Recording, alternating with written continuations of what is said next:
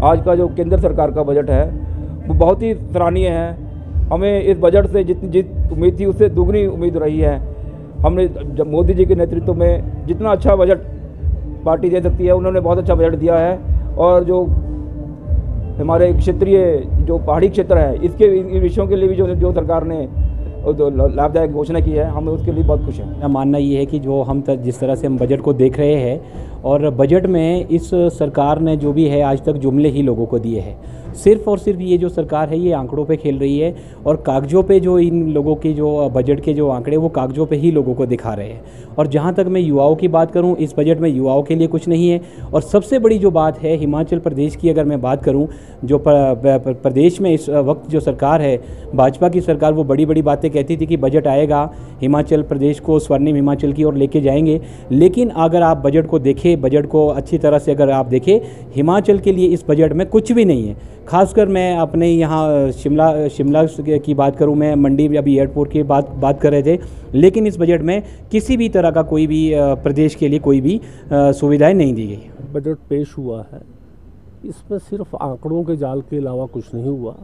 जो पुरानी स्कीमें भी गरीब वर्ग के लिए थी, चाहे वो मकान बनाने की स्कीम हो, वो कंप्लीट नहीं हुई है। नई घोषणाएं इन्होंने कर दी हैं। और ऐसे ही किसान वर्ग को जो 22 तक दुगनी आय करने की थी, उस संबंध में भी ना तो पिछले आंकड़े पूरे हुए हैं और अगले सिर्फ आंकड़े दिखाकर लोगों को भ्रमित करने की बात हो रही है। इस बजट का एक ही जो दिखता है कि डायरेक्टली या इनडायरेक्टली ये अपने जो उद्योगपति मित्र हैं, जिनकी वजह से ये वहाँ से चंदा लेकर भारतीय जनता पार्टी विश्व की सबसे अमीर पार्टी हो गई है, उनको लाभ देने के लिए ये किया है।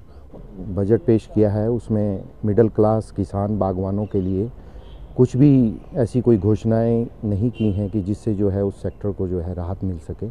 और दूसरा मैं कहना चाहूँगा कि हिमाचल प्रदेश के लिए जिस तरह से मुख्यमंत्री जयराम ठाकुर अभी दिल्ली में केंद्रीय मंत्रियों से मिले थे और उन्होंने हिमाचल आकर ये बोला था कि हिमाचल प्रदेश को जो है बजट में बहुत कुछ घोषणाएं सुनने को मिलेंगी। जैसे मंडी का जो एयरपोर्ट जो उनका ड्रीम प्रोजेक्ट है, पिछले 4 साल से वो बोल रहे हैं, उसके बारे में कोई बड़ी घोषणा नहीं हुई।